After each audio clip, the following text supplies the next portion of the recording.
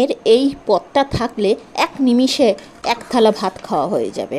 যারা অফিসে যাও, যারা একা থাকো বাইরে কোথাও, তারা আমাকে জিজ্ঞাসা করেছিলে একটা চটজলদি রেসিপি বলে দিতে, তো মাত্র 2টো ডিম দিয়েই তোমাদের এই রেসিপিটা আমি বলে দিচ্ছি। 2টো ডিম নিলে, এখানে পেঁয়াজ, আদা, রসুন, চৌকো চৌকো করে আলু কেটে নিলে, আর ঝুড়ো ঝুড়ো করে একটুখানি পেঁয়াজ আর লঙ্কা।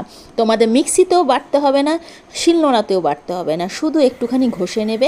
ঘষে নিয়ে একটার মধ্যে কি করবে বলো তো, আদা পেঁয়াজ রসুন যেটা ঘষে নিলে তার মধ্যে লঙ্কার গুঁড়ো, হলুদ গুঁড়ো, জিরে গুঁড়ো আর হচ্ছে নুন, আর একটা বাটিতে হচ্ছে টক দই নিয়ে একটু ফেটিয়ে রাখবে।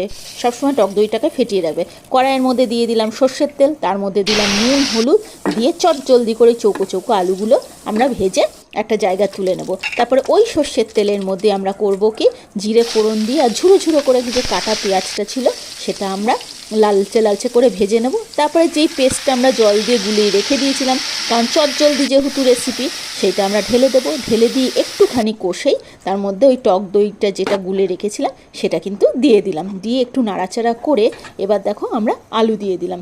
আলু দিয়ে এবার আমি কি করব, একটু নাড়া দিয়েই তোমার চাপা দিয়ে রাখবো যাতে ওর মধ্যে আলুটা সেদ্ধ হয়ে যায়। এবার দেখো একটু আমি চিনি দিয়ে দিলাম। কেন চিনি দিলাম বলো তো, যেহেতু আমি টক দই দিয়েছিলাম সেই জন্য চিনি দিয়ে দিলাম। এবার খুব আস্তে হাতে দেখো ডিমটাকে ফাটাতে হবে। ফাটিয়ে যেরকমভাবে আমি দিলাম ঠিক প্রত্যেকটা পদক্ষেপ কিন্তু আমার মতো করবে। দেখো ওই রকমভাবে 2টো ডিম ফাটিয়ে আমি দিলাম। তার উপরে একটুখানি নুন ছড়িয়ে দেবো, দিয়ে এবার চাপা দিয়ে দেবো। এবার দেখো রেসিপিটা কি দারুণ হবে দেখতে। তারপরে একটু গরম মশলার গুঁড়ো ছড়িয়ে দিলাম। দেখো এক থালা ভাত কিন্তু নিমেষেই শেষ হয়ে যাবে।